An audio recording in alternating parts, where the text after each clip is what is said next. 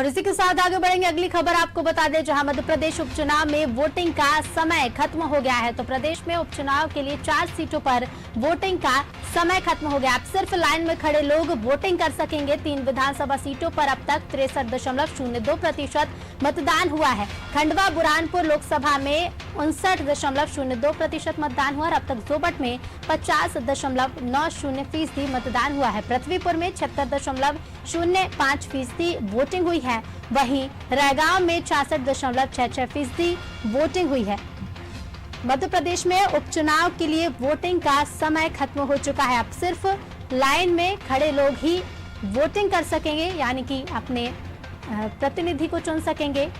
3 विधानसभा सीटों पर अब तक 63.02% मतदान हुआ है। और इसी खबर पर अधिक चर्चा के लिए हमारे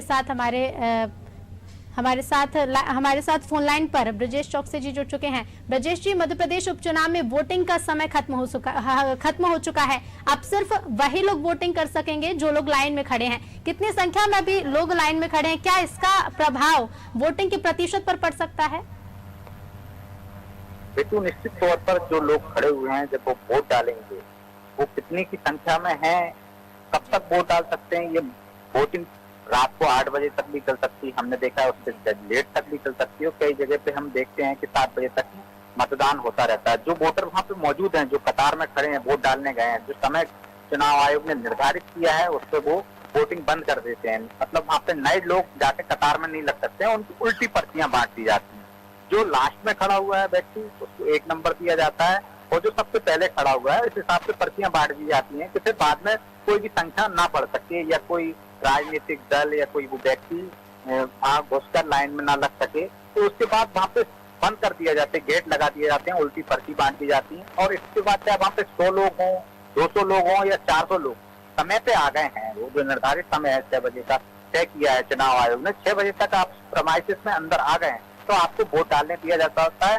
चाहे उसके लिए चुनाव मतदान जो है रात को 12 बजे तक भी कराना पड़े चुनाव आयोग को, तो जो लोग वहां कतार में लग गए हैं वो सब वोट डाल के ही जाते हैं, उनको पर्चियां दे दी जाती हैं।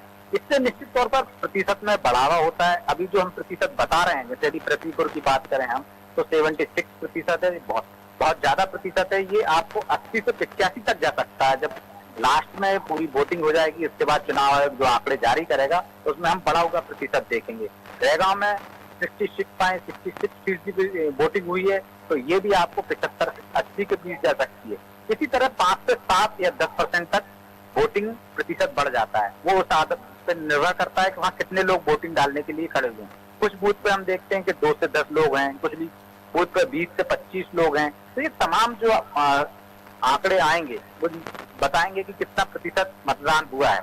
तो अपडेट हमें देर रात तक मिलता रहता है, उससे तय हो जाता है कि कितना प्रतिशत गया। और जो मतदान प्रतिशत बढ़ा है वो इस बात का शक रहता है, ये बताता है कि या तो एंटी इनकम्बेंसी है या सरकार के खिलाफ है, कि ज्यादा मतदान हुआ तो सरकार के खिलाफ जाता है या सरकार के फेवर में जाता है। यदि सरकार ने मेहनत की, बेहतर काम किया है और यदि जो भी राजनीतिक दल अपने मतदाताओं को बूथ तक ले जा चुका है तो उसके फेवर में जाता है।